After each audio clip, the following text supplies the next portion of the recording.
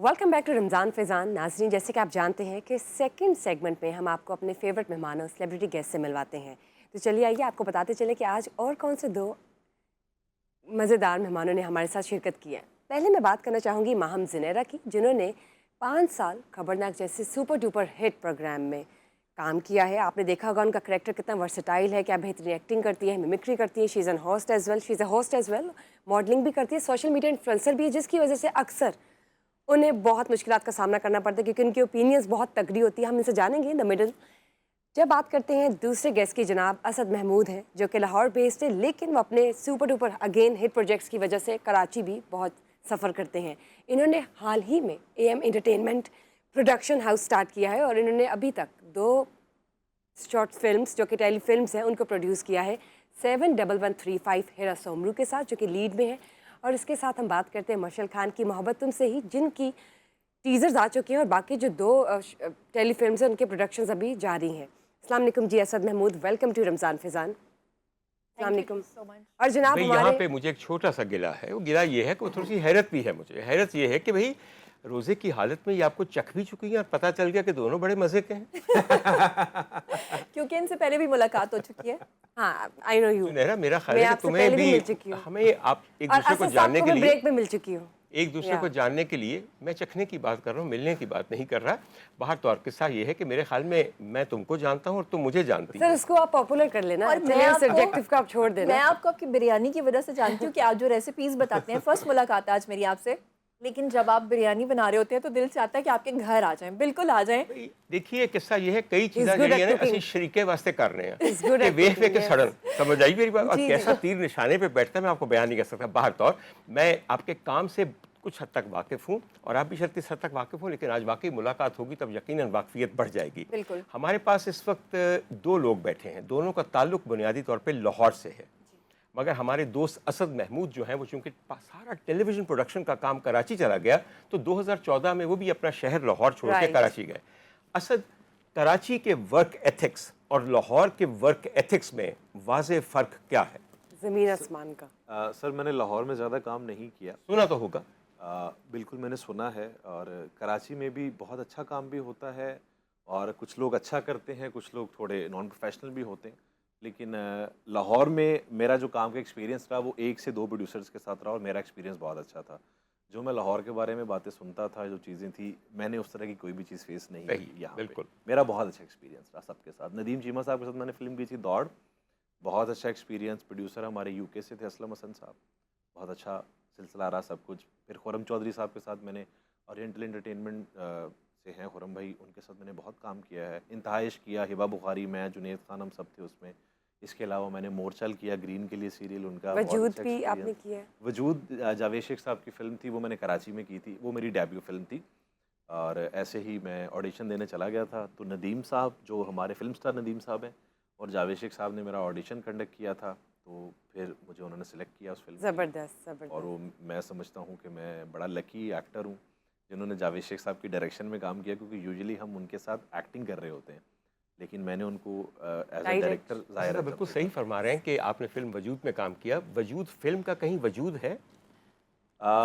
Sir box office पे तो response जो था वो बहुत अच्छा नहीं था।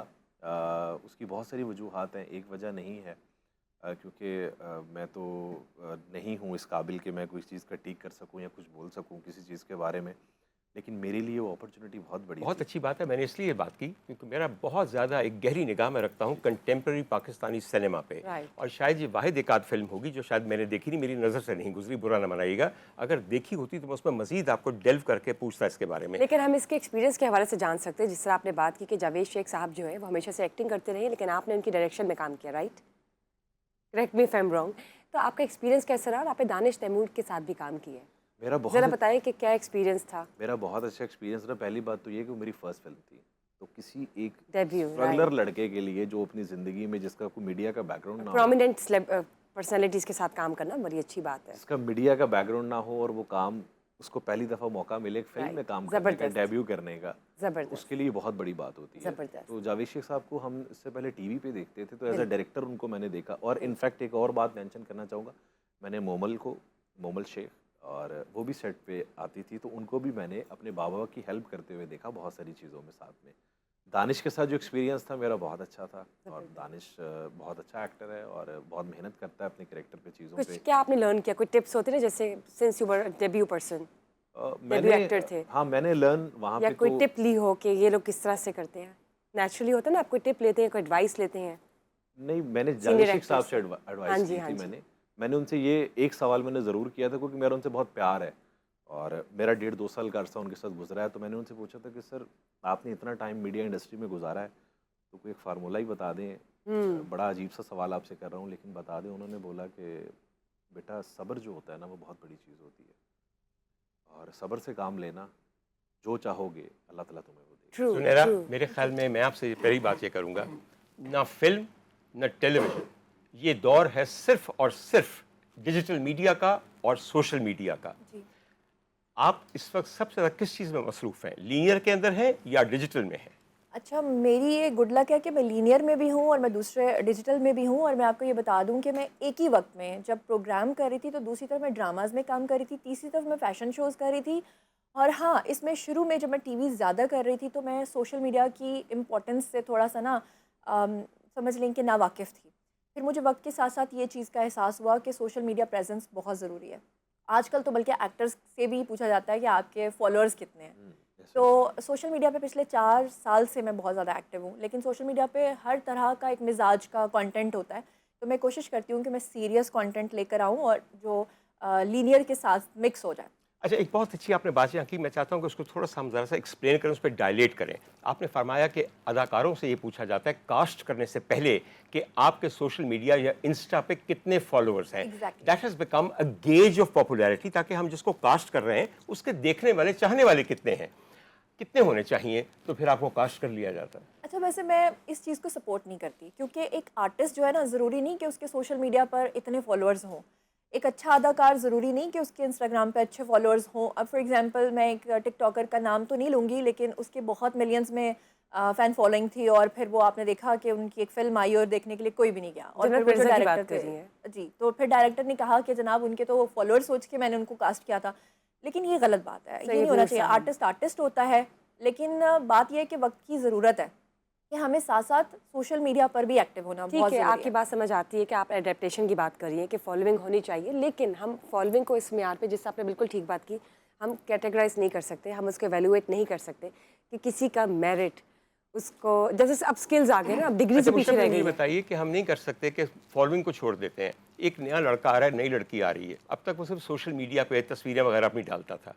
किस चीज़ से उसको गेज करें कि इसको कास्ट करें या ना करें? उसका ऑडिशन अपना से? टैलेंट होना चाहिए, सोशल उसका मीडिया अपना। पे ये होता है ना कि देखिए, आज से 8-10 साल पहले तक लोग क्या करते थे कि वो अपनी एक्टिंग स्किल्स कुछ रिकॉर्ड करके अपनी कुछ पिक्चर्स, अपना पोर्टफोलियो भेजते थे, और वो बेचारे Portfolio, नज़र right. में नहीं आते थे। सोशल मीडिया का ये फ़ायदा है कि वो नज़र में आ जाते हैं।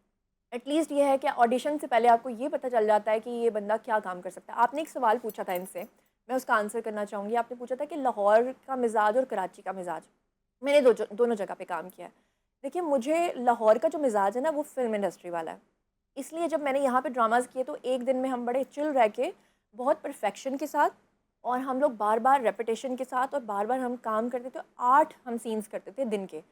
जब मैं कराची गई, तो मुझे ये नहीं पता होता था कि मेरा कैरेक्टर क्या है, मुझे ये नहीं पता होता था मेरी लाइंस क्या हैं। मगर उन लोगों में इतनी परफेक्शन है कि वो एक बंदा वहाँ पे खड़े होकर लाइन बोलता है, हम उसको रिपीट करते हैं और हमारी रिकॉर्डिंग होती चली जाती है।